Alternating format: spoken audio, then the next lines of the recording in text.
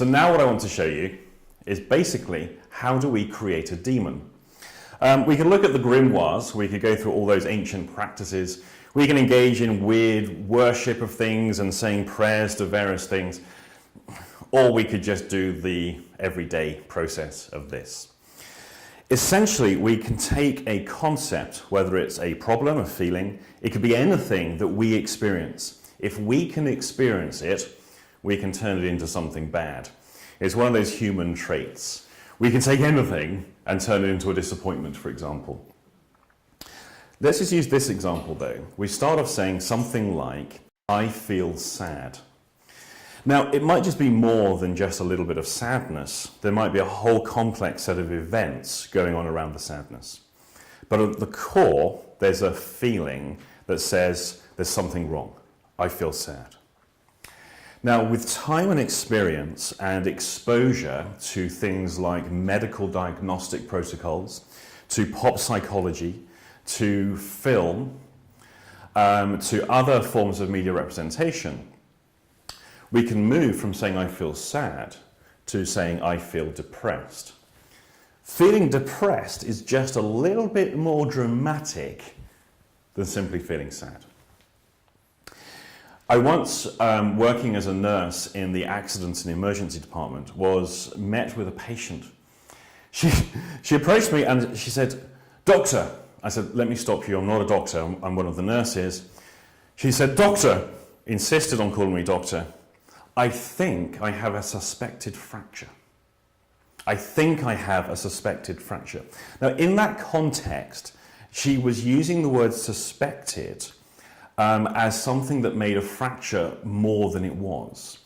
And we would often be asked, "Doctor, is it fractured or is it broken?" Which actually is exactly the same thing from a medical point of view, but for them there was a difference. I'm guessing fractured for some people sounded far worse than merely being broken, but for other people it would be the other way around. So we can start to increase the amount of importance that we're assigning to our experience. We can start making it clinical. Now, with the whole concept of depressed comes a whole bunch of medical jargon, medical terminology, the sick role, the way that other people have learned to culturally interact with the concept of depression. The person can now move from simply feeling depressed to saying, I have depression. This is the beginnings of personification. We're moving depressed from being an experience that we're having to being a thing that we have. At this point, it's likely to just be an object. I have depression. I have a pen. I have a large sheet of paper. I have depression. We could also go, I have sadness. It's the beginnings of a personification. We've moved it to being an object. Now, having got to the point of saying I have depression, it is no longer something that I am doing. We've removed it from being a process. However, we can move it back to something else, which is I am a depressive. We've now made it an identity. It's no longer a condition that I have. It is now something that at an identity level I am. I am equal to being a depressive. This is now an identity role. Now, the identity role, of course, is going to go with the person every single place they go to, into every relationship. It will affect every facet and every context of their life. Because I am a depressive. I am a man. I am a table. I am a door frame. They all follow exactly the same semantic structure. And they're as equally as real as each other, but linguistically and culturally, we accept these statements at face value. At the point of being a depressive, the person now engages in a complex set of social interactions where they now teach the rest of the world or the people they interact with how to interact with them. A lot of friction can occur when people simply refuse to allow you to be the depressive. It can be dismissed. Oh, don't be so daft. You're not a depressive, you're just having a bad time at the moment. As the people try and put it back to being something that's more process orientated. At that point, of course, the person can feel invalidated. They can feel dismissed as a person. They can feel that all their experience is correct, no one's listening to them, no one is taking them seriously. They become more depressed. Now, I am depressed. It's more than just being a depressive. I am a depressive who is depressed, because they're not the same thing. These are occurring at different levels. So I had depression, now I know I'm a depressive. I've learned that I'm depressive, and I can tell you I am depressed. Even when I'm not depressed, I'm still a depressive, because that's the identity that I carry with me. So this is something I find fascinating. I don't drink alcohol. I stopped all that nonsense a long time ago. And the weirdest thing is, I don't drink alcohol. And the moment I'm at a party or a dinner party or a social gathering and people say, "So you're not drinking then?" And I go, "No, I don't drink." "Why? Are you an alcoholic?" How can the people who drink assume the people who don't are the people who are the alcoholics? It's a weird thing. If I am a depressive, it doesn't mean I have to be depressed. I can still be undepressed, but I'm still a depressive. You see how that works? It gets complicated. Now, at that point, most people don't make the next leap. Some people will, and I'm sure some of you have done this, because most of us do in varying ways with different contexts, different subjects. We turn the depression into the. Depression becomes the depression. The depression is ruining my life.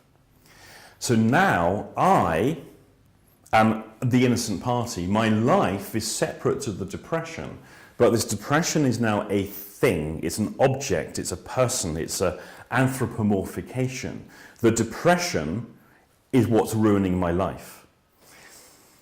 It's not me sitting in a darkened room listening to awful music, cutting off contact with everybody, not going out, drinking nothing but black coffee, staying up all night, smoking too many cigarettes, and doing all of the sick raw behaviors the depressive does. No, no, no, no. That's not ruining my life. The depression is ruining my life. So we have this degree of dissociation from the representation.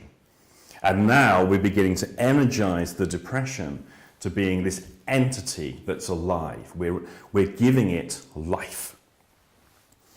Now, I can be a depressive who's not depressed all the time. The depression comes and goes. So now the depression has a will of its own. The depression can follow me around. The depression can leave and suddenly arrive. The depression can even attack me. We can imbibe it with violence. We can imbibe it with motive. Why me? Why does the depression bother me? Why does it get to me? Why am I the person who has to deal with this depression? So now we start to do the classic thing that we do with victims, which is, why you? Why did you get attacked? Get burgled? Did you lock the front door? Someone steals your car? Did you leave the keys in it? You get attacked on the way home. Why didn't you get a taxi? Basically, somehow, it's the victim's fault that these things happen. And we bring that same set of relationships to the depression. Why me? Why does this happen to me? So now the separation between me and the depression is complete. And now I begin a relationship with that. For example, I can fear the depression returning. The depression follows me everywhere I go. The depression attacks me. I worry about the depression coming back. I worry how the depression will affect my wife. I worry how the depression is going to affect my career chances. I worry how the depression is going to impact upon me and my interpersonal relationships.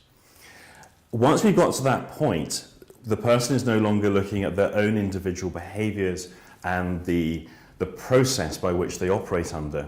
It is now all wrapped up in the depression.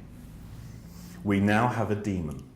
Some people will even identify it. They'll call it the black dog of depression. It's like a black shadow over my life. It's like a monster that I can never quite see. It's constantly lurking in the shadows.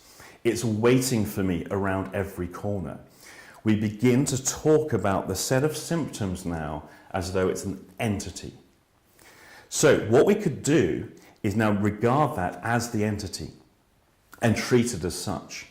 A number of years ago, I made a serious clinical mistake. This was before I knew what I know now.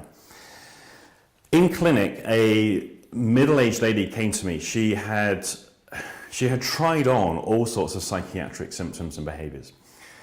She tried alcohol, but she didn't really get on with alcohol. She'd done cutting, didn't really like cutting, and she'd settled on anorexia. And she was referred to come and see me. They said, you know, you're going to have an interesting time with this lady. What she said to me, her opening words were, the anorexia is destroying everyone around me.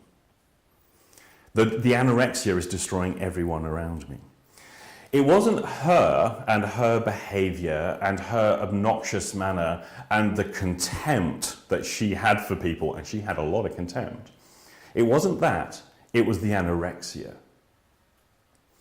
I tried to put it back to a process where pretty much what I said was, the anorexia does nothing at all. It's what you're doing to those people that makes the difference. And she says, no, it's not me, it's the anorexia. And I then engaged in a struggle with her therapeutically to try and get her to understand the process. It utterly failed, because the more I tried, the more she personified the anorexia. And of course, all I was serving to do was reinforce that. As I tell people now, how do you strengthen a person's belief in God? Tell them there isn't one. How do you further somebody's belief in the Bible? Tell them it's untrue, because they will find further supporting evidence to reinforce their beliefs.